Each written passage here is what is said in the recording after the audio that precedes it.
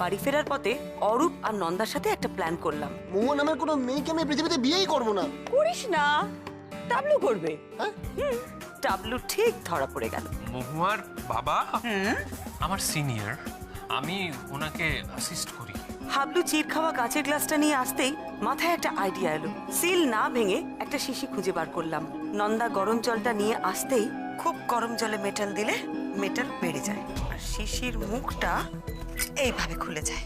তার মানে এইভাবে সিল খুলে ট্যাবলেটের বদলে ক্যাপসুল ভরা হয়েছে। আর এইভাবে ঢাকনাটা আবার বসিয়ে দেওয়া হয়েছে। ঠান্ডা হয়ে গেলে সিল আবার আপনা আপনি শক্ত হয়ে বসে যাবে। শুনুন, আপনারা কিছু বলার আগে আমার কথা বলার আছে আপনাদের। বলুন। পরমা, তুমি সমীরণের ছেলের বউ। দীর্ঘদিন তোমার এ পাড়ায় দেখছি, তোমাদের পরিবারের সঙ্গেও ভালোই চেনা জানা আছে। আর তুমি খুব লক্ষ্মীমন্ত মেয়ে, এটাও শুনেছি। দেখো, তুমি পরিচিত মানুষ বলে আমরা তোমার সঙ্গে কোনোদিন কোনো খারাপ ব্যবহার করে নিয়ে যাবো, কটু কথাও বলিনি। কিন্তু তার মানে এই নয় যে তুমি ওই শুভ্রার মৃত্যু নিয়ে তোমার কটা মন গড়া ধারণা দিয়ে তুমি এবারে কাউকে না কাউকে দোষী সাব্যস্ত করবে আর আমি সেটা মেনে নেব না।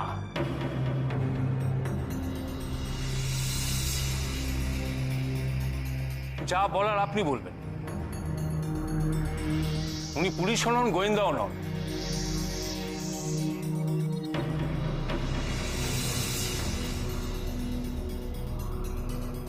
ওনার কোনো কথা শুনতে বা মানতে আমি রাজি নই।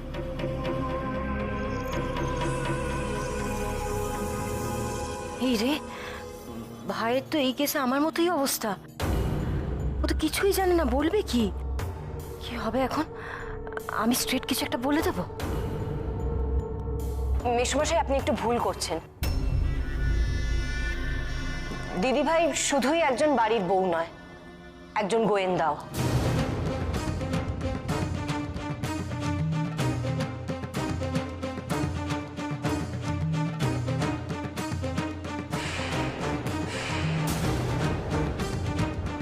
গোয়েন্দা? আর তার সব থেকে বড় প্রমাণ হলো আমার ভাই। কিরে ভাই, চুপ করে আছিস কেন, বল। হ্যাঁ, দিদি ঠিকই বলেছে। আপনাদের পাড়ার বউ বলে আপনারা তো মেনে নিতে পারছেন না ব্যাপারটা।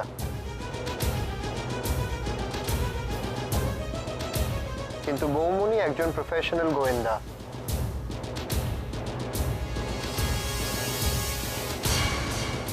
রিসেন্টলি শহরের অনেক জটিল কেস বৌমনি সলভ করেছেন। আচ্ছা,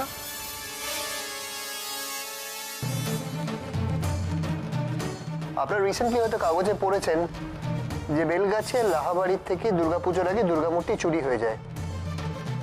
সেটাও কিন্তু বৌমনি খুঁজে বার করে ওদেরকে এনে দেয়। হ্যাঁ,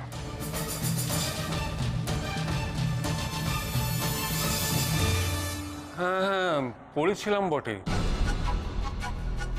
হ্যাঁ, মূর্তিটা পাওয়া গেছে সেটাও জেনেছিলাম, কিন্তু সেখানে পরমার তো কোনো কাগজে কোথাও উল্লেখ করা ছিল না। কিন্তু যেহেতু কেসটা আমার আন্ডারে ছিল, আমি জানি যে পুরো ইনভেস্টিগেশনটা বৌমনি করেছে।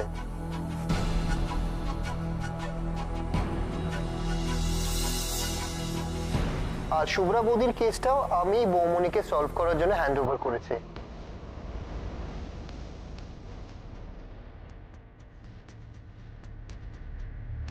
এবার আশা করি যে আপনাদের কোনো অসুবিধা হবে না যে ওনার কোনো প্রশ্নের উত্তর দিতে বা ওনার মুখ থেকে কোনো কথা শুনতে।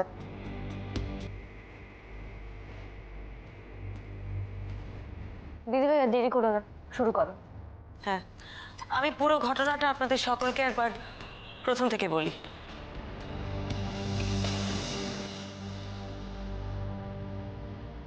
শুভ্রা মারা যায় দশমীর দিন, মায়ের বরণ করে সিঁদুর খেলতে খেলতে।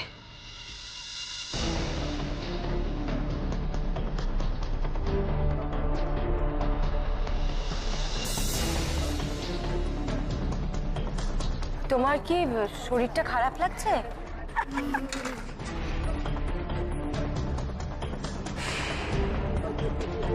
শুভ্রা, শুভ্রা তুমি এমন করছো কেন? কি হয়েছে তোমার? শুভ্রা। দিদি ভাই, দিদি ভাই। শুভ্রা, শুভ্রা, শুভ্রা, তাকাও শুভ্রা।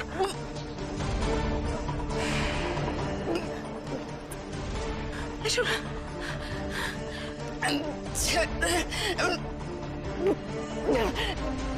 ছেলে।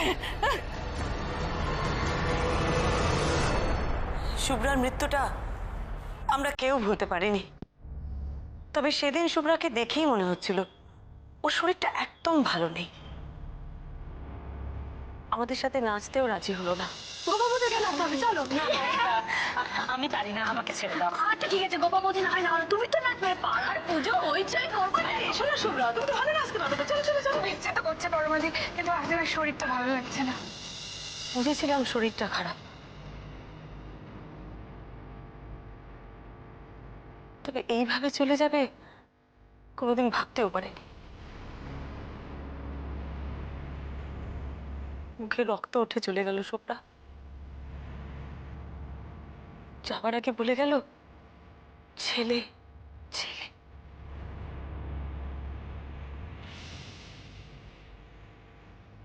আমার এই হাতের ওপর মাথা রেখে মারা গেছিল শুভ্রা, তাই আর কেউ না শুনলেও কথাটা কিন্তু আমি শুনেছিলাম। এটাই আমার প্রথম খটকা।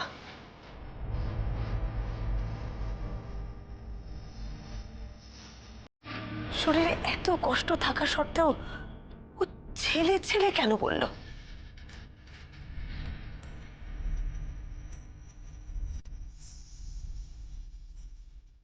আর আমার দ্বিতীয় খটকা হলো গোপার অদ্ভুত ব্যবহার। শুভ্রাকে যখন আমরা হসপিটালে নিয়ে যাচ্ছি, তখন গোপা অকারণে নন্দাকে দোষারোপ করতে শুরু করলো। বরণ সিঁদুর খেলা সব চলছিল, ওই তার মধ্যে ওই মিত্তির বাড়ির মেজবউ নন্দিনী ওই তো কিছু খাইয়ে দিল। হ্যাঁ, তারপরেই মুখ দিয়ে একবারে গলগল করে রক্ত বেরোলো, আর শুভ্রা কিরণ যেন পড়তে থাকলো আর এলিয়ে পড়লো। তারপর হসপিটালে গিয়েও ডাক্তারের সামনে শুভেন বাবু আর হেমন্ত বাবুকে ওই একই কথা বলে উত্তেজিত করতে লাগলো। নন্দিনীর মিষ্টি খাওয়ানোর জন্য কেন শুভ্রার কিছু হবে?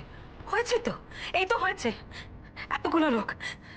এতগুলো লোক সাক্ষী ছিল। নির্ঘাত নির্ঘাত ওই মিষ্টিতে কিছু মেশানো ছিল। তাছাড়া এটা তো আমরা সবাই জানি, সিঁদুর খেলার সময় আমরা একজন আরেকজনকে যেটুকুনি সন্দেশ খাওয়াই, তাতে কেউ মুখে রক্ত উঠে মারা যেতে পারে না।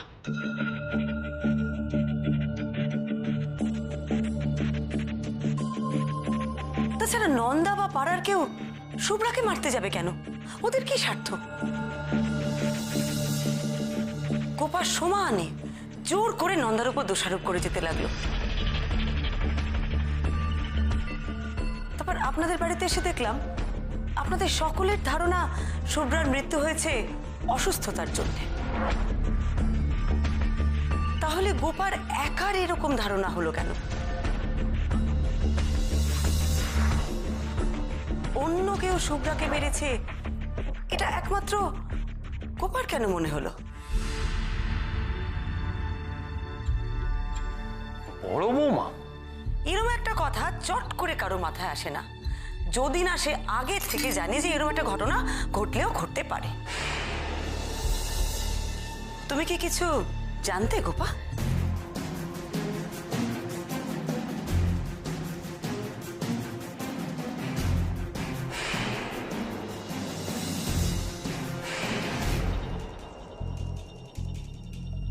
না, আমি কিচ্ছু জানি না, সত্যি আমি কিচ্ছু জানি না, কিচ্ছু না। এই যে কি বলতে চাইছেন আপনি? হ্যাঁ, কি বলতে চাইছেন? ওই বলেছে মানে কি এটা প্রমাণ হয়ে গেল যে খুনটা গোপাই করেছে? এই আপনার গোয়েন্দাগিরি। হ্যাঁ, দেখুন এবার কিন্তু শুভেন বাবু, এখানে উত্তেজিত হয়ে লাভ নেই। ওনাকে ওনার কথাটা শেষ করতে দিন। আরে তো আচ্ছা ঝামেলায় পড়া গেল। উনি এখানে দাঁড়িয়ে যা তা বলে যাবেন আর আমাদের বিহেভ ইয়োরসেলফ। বৌমনি, প্লিজ কন্টিনিউ। আমি যেটা বলছিলাম, গোপার এইরকম ব্যবহারের দুটো কারণ থাকতে পারে। এক, শুভ্রার মৃত্যুর জন্যে গোপার নিজে দায়ী।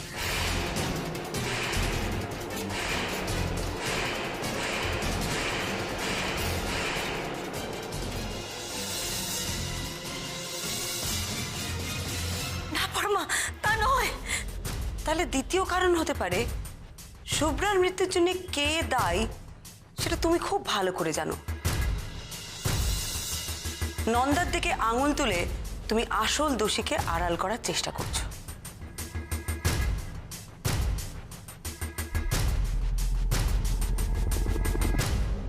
তুমি কিন্তু এখনো তোমার ওই অনুমানের কথাই বলে চলেছো।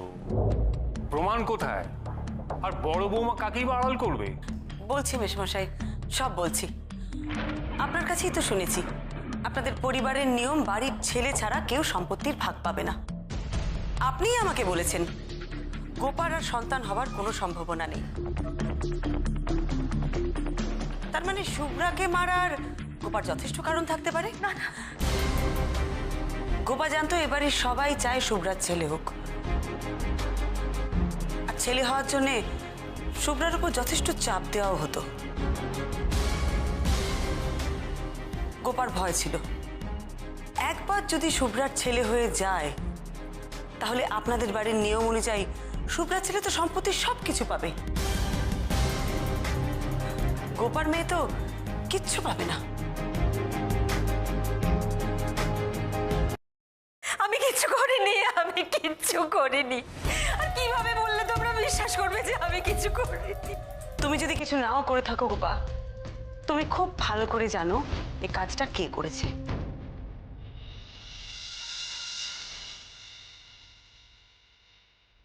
সে প্রথম দিন থেকে তুমি কাকে আড়াল করার চেষ্টা করছো গোপা?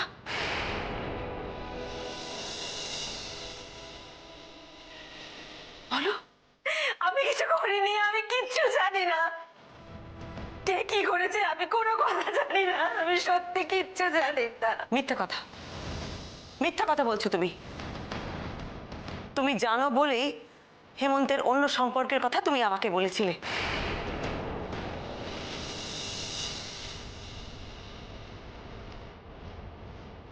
আমাকে শুধু কনফিউজ করার জন্যে। সম্পর্ক? অন্য সম্পর্ক? হেমন্তর? কি বলছো তুমি বড় বৌমা? এসব কি?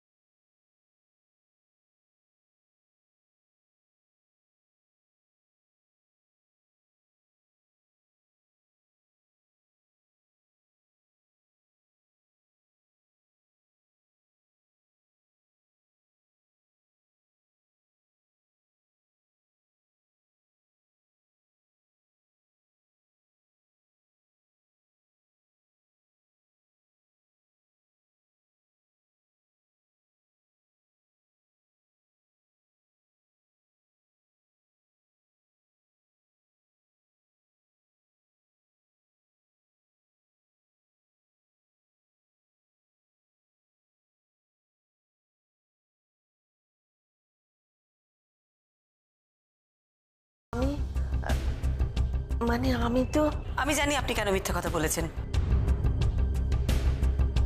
ছেলেকে বাঁচানোর জন্যেই আপনি মিথ্যে বলেছেন। আসলে এমনিতেই শুভ্রার মৃত্যু নিয়ে গন্ডগোল চলছে, তার উপরে আমরা সব ওষুধগুলো নিয়ে চলে গেছি। আপনার মনে হলো ওষুধেই গন্ডগোল। কোনো কারণে যদি হেমন্ত বাবুর দিকে আঙুল ওঠে তাই আপনি বেমালুম মিথ্যা কথা বলে দিলেন, তাই না?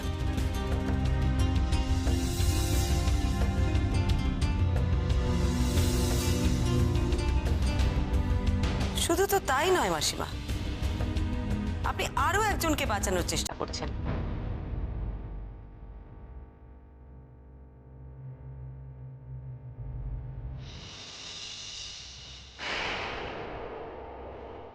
ও কাকে বাঁচাবে? ও কি জানে? আপনারা সবাই আমার কাছ থেকে জানতে চেয়েছিলেন শুভ্রার মৃত্যুটা যে অপঘাতে হয়েছে তার প্রমাণ কি। তার প্রমাণ কিন্তু আমি এ বাড়ি থেকেই পেয়েছি। কিভাবে? এই বাড়িতে প্রথম দিন এসে আমি শুভ্রার ঘরে যাই। ওর ঘরে খাটের পাশে টেবিলের উপর রাখা ওষুধপত্রের দিকে আমার নজর যায়।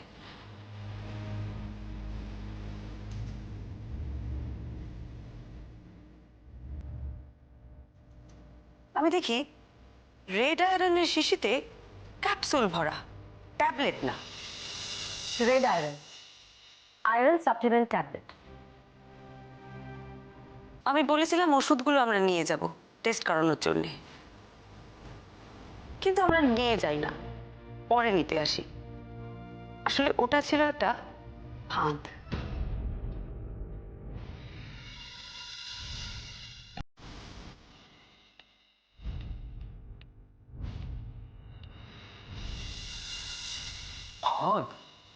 হ্যাঁ মেশামশাই, আমার ধারণা ছিল যে খুন করেছে সেই সুযোগ বুঝে ওষুধটা ঠিক বদলে দেবে, আর হলো ঠিক তাই। পরের বার যখন ওষুধটা নিতে এলাম দেখলাম রেড আয়রনের শিশিতে ট্যাবলেট।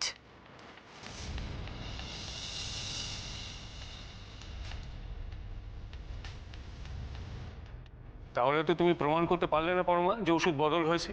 আর তাছাড়া আমি বা কি করে আপনার কথা বিশ্বাস করব যে আপনি প্রথমে ক্যাপসুল দেখেছিলেন? করবেন, কারণ সেদিন আপনাদের সকলের চোখের আড়ালে আমি শিশি থেকে একটা ক্যাপসুল বার করে নিয়েছিলাম।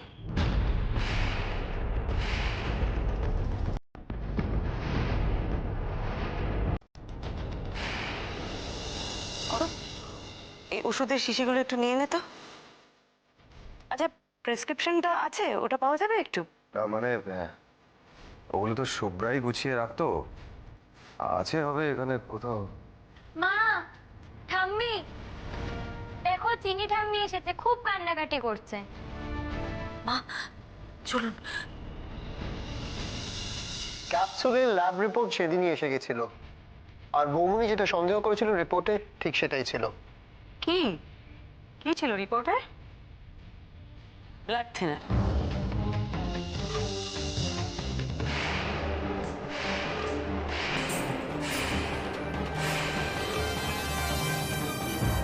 কি ছিল রিপোর্টে? Blood thinner. তার মানে খুব সহজ ভাষায় বলতে গেলে ব্লাড থিনার রক্তকে জমাট বাঁধতে দেয় না। আর শুভ্রার কি ছিল? অ্যানিমিয়া। তাছাড়া শুভ্রার আরও একটা রোগ ছিল যেটা বিশেষ কারোর মধ্যে দেখা যায় না। ওর যদি একবার রক্তপাত শুরু হতো সেটা থামতেই চাইতো না। তাই শুভ্রার ক্ষেত্রে ব্লাড থিনার ছিল প্রাণঘাতী।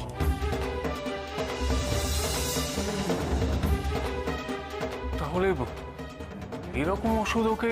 হেমন্তবাবু আর মাসিমার কাছে শুনেছি শুভ্রা নাকি ওষুধ খেতে চাইতো না। ও সব সময় বলতো ওষুধ খেলেই ওর শরীর খারাপ বেড়ে যায়। ওর মনে হতো ওকে নাকি ভুল ওষুধ খাওয়ানো হচ্ছে। এই ধারণা আরো বেশি করে হলো যখন ওষুধ আর ডাক্তার বদলানোর সত্ত্বেও ওর শরীর কিছুতেই ঠিক হতে চাইলো না। কিন্তু যা হয় কেউ ওর কথা কানেই তুলতো না। যারা না জেনে ওষুধ খাওয়াতো তাদের মনে হতো শুভ্রা এমনি বলছে, আর যে জেনে ভুল ওষুধ খাওয়াতো সে তো খাওয়াতোই। এ কি বলছেন পরমা বৌদি, এসব কি কথা বলছেন? ঠিকই বলছি। দিনের পর দিন ব্লাড থিনার দেওয়া হতো শুভ্রাকে। এমনিতেই এই ওষুধে পেটে রক্তপাত হওয়ার সম্ভাবনা থাকে, আর যদি কারোর আলসার থাকে এই ব্লাড থিনার বেশি দিলে তার কি অবস্থা হতে পারে সেটা একবার ভেবে দেখেছেন? হ্যাঁ ছিল তো, এই 2-3 বছর হলো ওর আলসার প্রবলেম ধরা পড়েছে। সেটা আমি আগেই আন্দাজ করেছিলাম। বাচ্চা হওয়া নিয়ে শুভ্রার উপর যখন এত চাপ ছিল, তাকে দিয়ে ব্রত উপোস করানো হবে এটাই তো স্বাভাবিক না? আর যত উপোস করবে ততই আলসারের প্রবলেম বাড়বে। বলেছিলাম বৌদি গো, তুমি ওকে দিয়ে এত উপোস করিও না, ওর গায়ে রক্ত কম আছে। দেখলে তুমি ওকে কেমন মেরে ফেললে, তুমি দেখলে তো? আমি মেরে ফেলেছি? আমি? আর চুপ করবে তোমরা? না না মেশমশাই, ওনাকে বলতে দিন। আমি বলছিলাম না, ছেলে ছাড়াও উনি আরো একজনকে বাঁচানোর চেষ্টা করছেন। কাকে মাসিমা?